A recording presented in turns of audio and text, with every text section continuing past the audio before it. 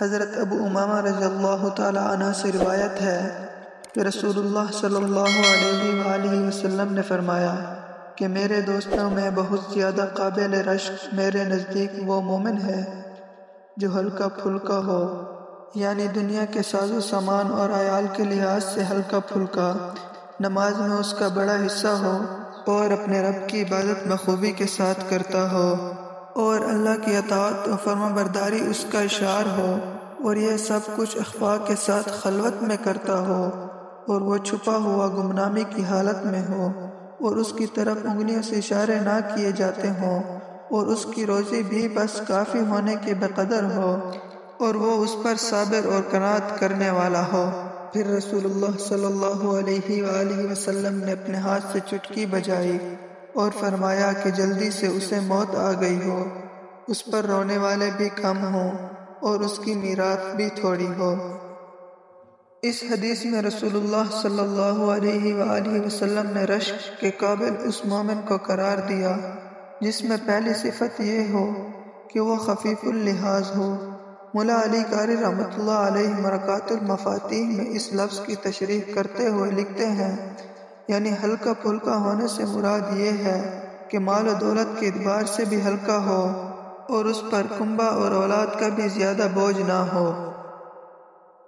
لیکن اس لفظ سے یہ مراد نہ لینا چاہیے کہ اس حدیث سے ثابت ہوا کہ بچے کم ہونے چاہیے، اس لیے کہ ترمذی میں حضرت ابو ہریرہ رضی اللہ تعالی عنہ سے روایت ہے کہ رسول اللہ صلی اللہ علیہ وآلہ وسلم نے فرمایا، جو لوگ سب سے پہلے جنت میں داخل ہوں گے ان میں سے ایک وہ ہوگا جس کا کنبہ بڑا ہو اور اس کے اعمال تقوی سے آراستہ ہوں۔ لہذا ہلکا پھلکا ہونے سے مراد یہ ہوا کہ دنیاوی مشکلات اور مصروفیات جو کہ مال و اولاد سے تعلق رکھتے ہیں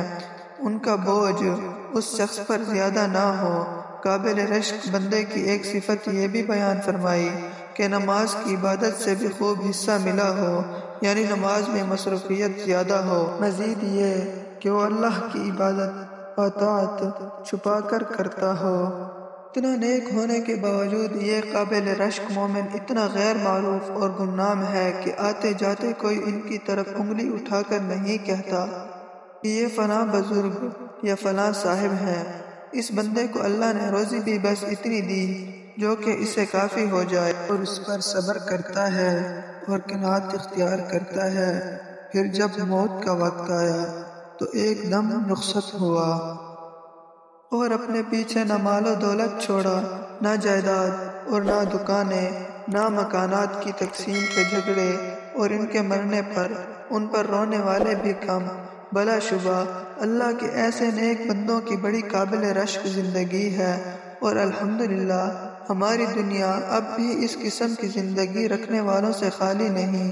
اور جب بھی ہمیں اس قسم کے برگزیدہ اللہ کے بندے نصیب ہو جائیں تو ہمیں ان کے ساتھ محبت اختیار کرنی چاہیے، ان کے پاس آنا جانا چاہیے، ان کی مجالس میں بیٹھنا چاہیے۔ اس لیے حضرت ابو ہریرہ رضی اللہ تعالی عنہ سے روایت ہے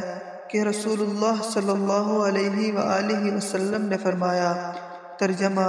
کہ جب تم کسی بندے کو اس حال میں دیکھو کہ اسے دنیا کے بارے میں زہد عطا کیا گیا ہے، یعنی دنیا کی طرف سے بے رغبت ہے، اور کم سخن یعنی لغو اور فضول باتوں سے محفوظ ہے، تو تم اس کے قریب رہا کرو، کیونکہ جس بندے کا یہ حال ہوتا ہے تو اسے اللہ تعالیٰ کی طرف سے حکمت عطا ہوتی ہے۔ حکمت عطا ہونے کا مطلب یہ ہے کہ وہ حقیقتوں کو صحیح طور پر سمجھتا ہے، اور اس کی زبان سے وہی باتیں نکلتی ہیں جو صحیح اور فائدہ مند ہوتی ہیں اور دانائی سے بھرپور ہوتی ہیں۔